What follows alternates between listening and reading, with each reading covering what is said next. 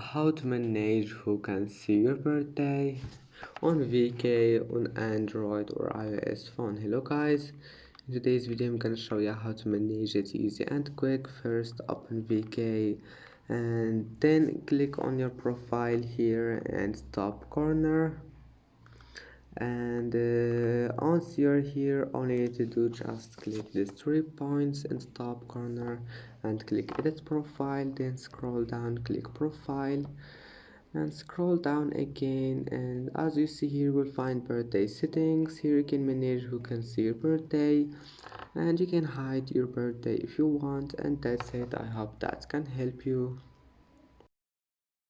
And that's it for today's video. If you like this video, please don't forget to like and don't forget to subscribe, and thank you for watching this video until the end, and see you in the next video.